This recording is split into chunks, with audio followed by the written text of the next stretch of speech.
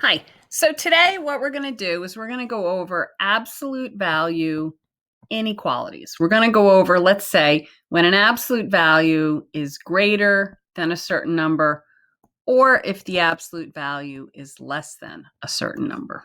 Okay, so these are the two examples we're going to look at. But before we look at these two examples, let's just review what happened when the absolute value actually equaled a certain number. Well, we knew that that meant either the absolute value of x equals 3 or the absolute value of x equals -3, right? We knew there would be two possibilities. We do the positive possibility and the negative possibility. We also knew that the rule said if the absolute value of ax plus b equals c, then either ax plus b equals c or ax plus b equal -c, but c had to be greater than or equal to 0, right? See what happens when we have the absolute value of x is greater than 3. So that either means, well, before I put that rule down, let's just look at the number line and let's think about it, okay? I'm going to give us some target points just to look at. -5, -3, 0, 3, and 5. Okay? So what happens if x is -5? Is that true or false? Well, the absolute value of -5 is 5. 5 is greater than 3. So we know this works, right? Let's suppose we have -4.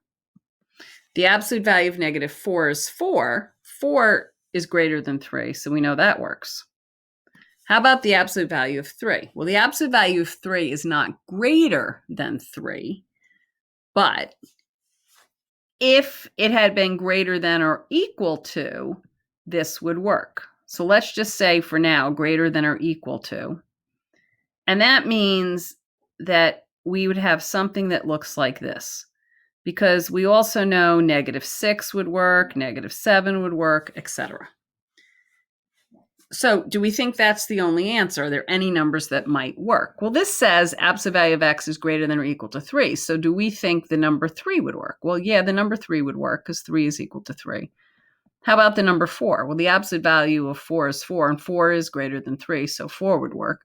So we realize the answers that work are any numbers less than -3 or greater than +3. So either x is less than or equal to -3 or x is greater than or equal to +3. And we clearly have an or inequality. And this is when we had the absolute value greater than 3. Now, let's look at this one.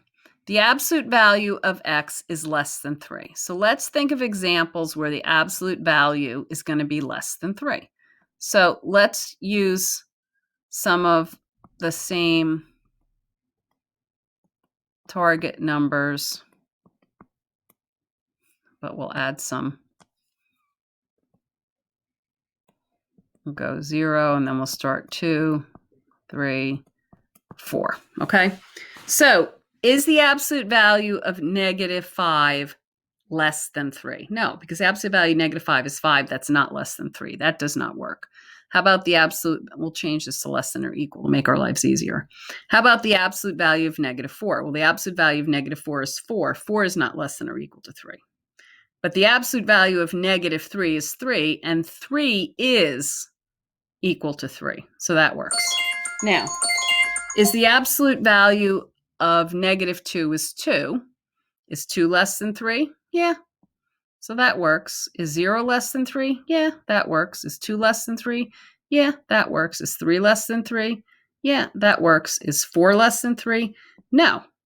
So it appears as if all of the numbers in between -3 and 3 work.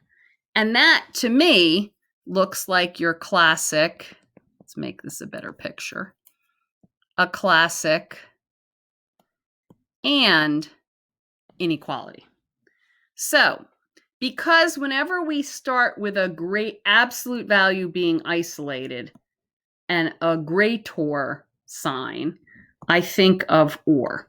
Whenever we start where the absolute value is isolated and we have a less than sign, that's what I like to think about.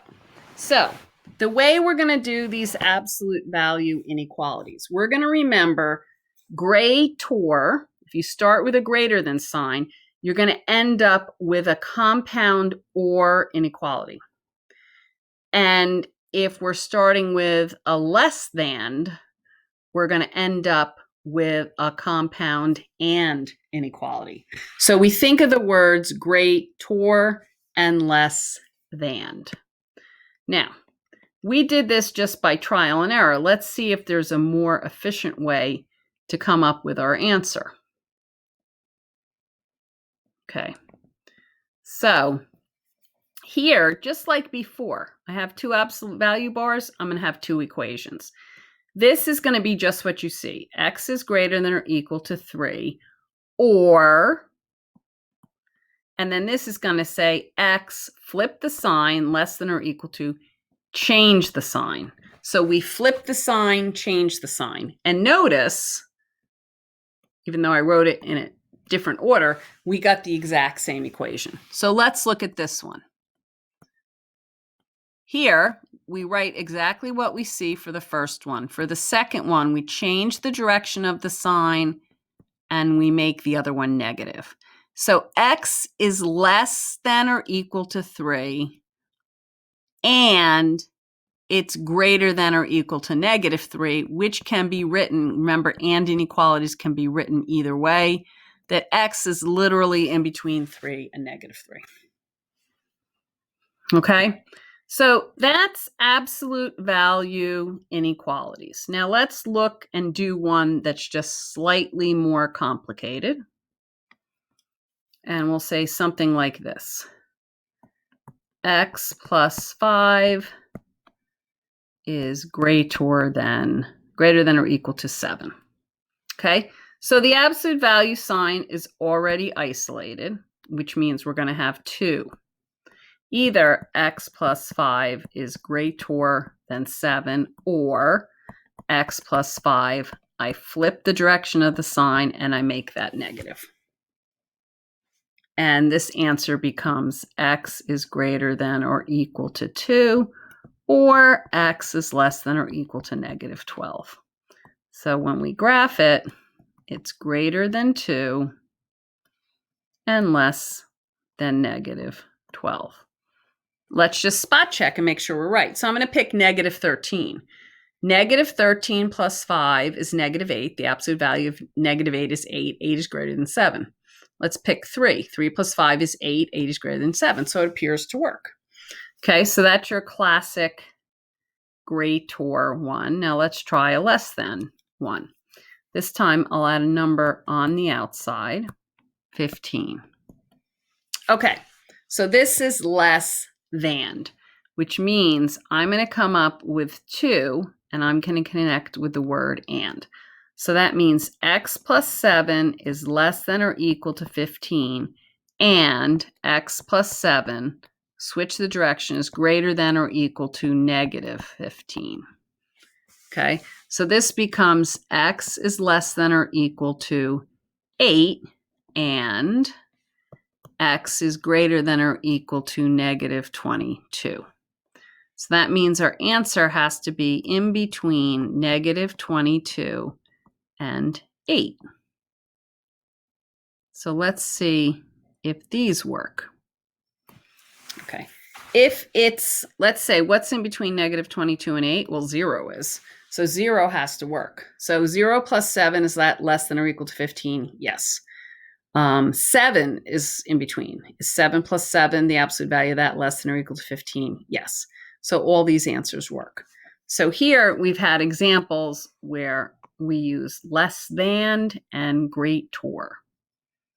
Okay, so that is your brief introduction to um, uh, absolute value inequalities.